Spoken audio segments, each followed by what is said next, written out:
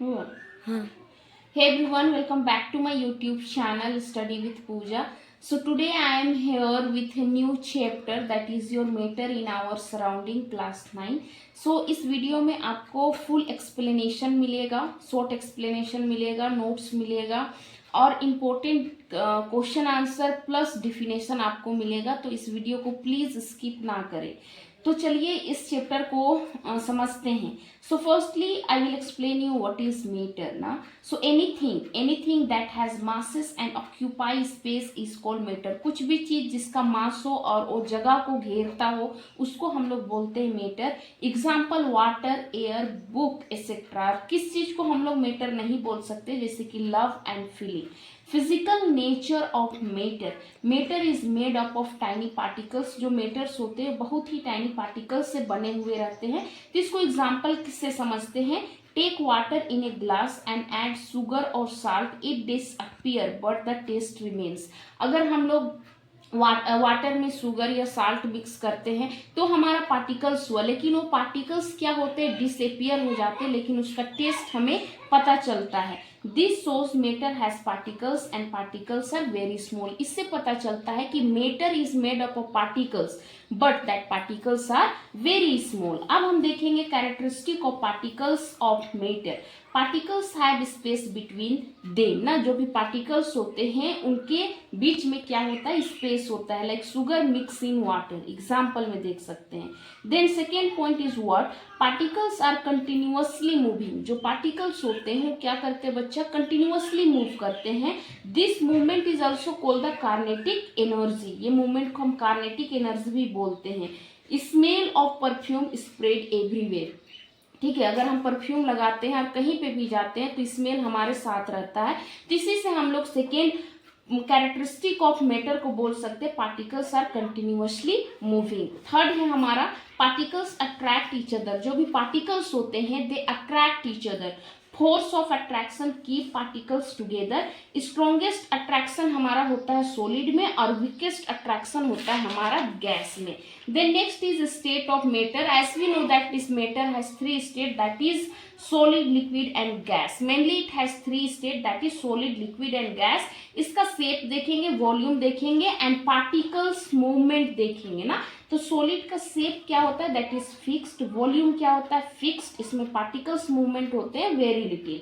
Liquid का shape होता है नो फिक्स्ड शेप, इसका किसी भी तरह का शेप नहीं होते हैं। वॉल्यूम फिक्स्ड होते हैं और पार्टिकल्स मूवमेंट इसमें मॉडरेट होते हैं। Gas no fixed shape, no fixed volume, और इसमें जो पार्टिकल्स होते हैं वो बहुत ही डिस्टेंस में होते हैं। दैट्स वाई इनका यहाँ पे फ्री मूवमेंट होता है।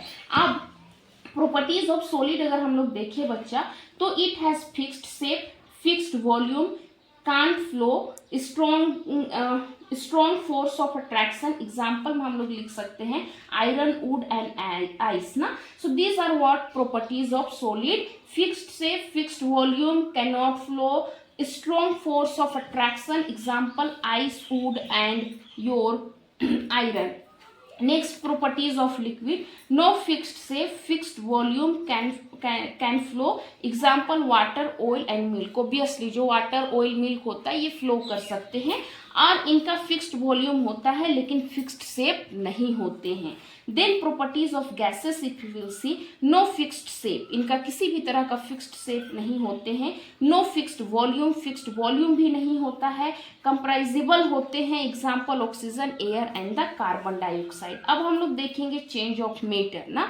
मैटर कैसे एक फॉर्म में दूसरे फॉर्म से चेंज होते हैं, ठीक है। तो matter change from one state to another state due to, लेकिन जब ये चेंज होते हैं एक स्टेट से दूसरी स्टेट में तभी चेंज हो सकते हैं जब इनमें टेम्परेचर और प्रेशर का प्रभाव हो। Change in temperature, change in the pressure. Next we will see effect of temperature. When temperature particles gain energy and movement increase. अब देखते हैं हम मेल्टिंग ना।